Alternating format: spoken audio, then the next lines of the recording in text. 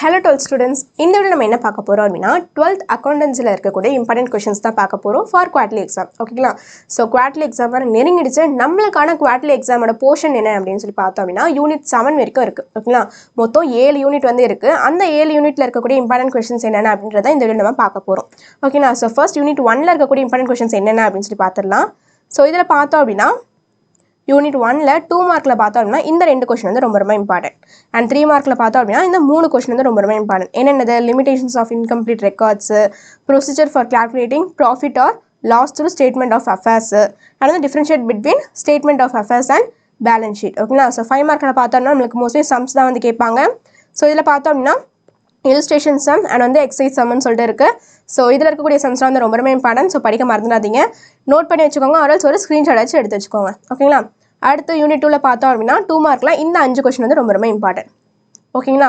So அதை என்ன பண்ணனும் நோட் பண்ணி வச்சுக்கோங்க. and 3 மார்க்ல பார்த்தோம் அப்படினா இந்த ரெண்டு क्वेश्चन வந்து ரொம்ப ரொம்ப இம்பார்ட்டன்ட்.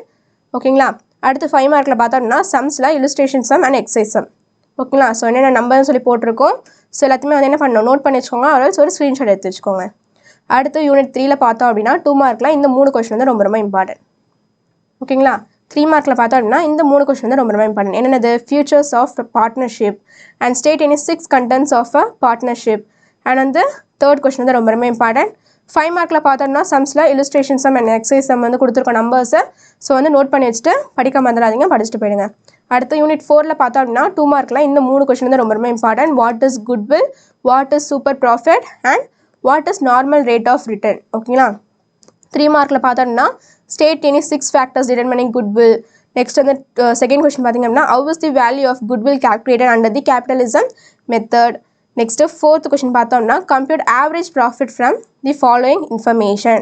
ஓகேங்களா? சோ இங்க கொடுத்திருக்கிறத வச்சு நம்ம என்ன பண்ணனும் அதோட average profit வந்து கண்டுபிடிக்கணும். ஓகேங்களா?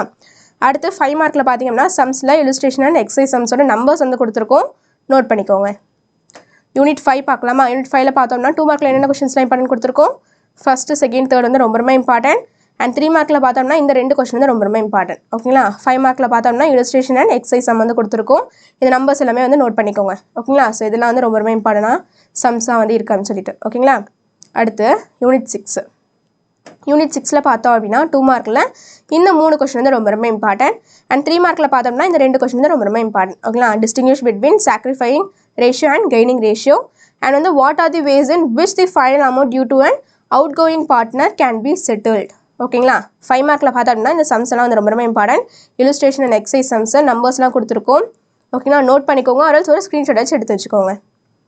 ஓகேவா? அடுத்து யூனிட் 7 பார்த்தோம் அப்படினா what is a share, what is mean by calls in arrear, write a short note on securities premium account, and then why are the shares forfeited. ஓகேங்களா? சோ இதெல்லாம் வந்து ரொம்ப ரொம்ப இம்பார்ட்டன்ட். and 3 மார்க்ல பார்த்தோம்னா state the difference between preference shares and equity shares.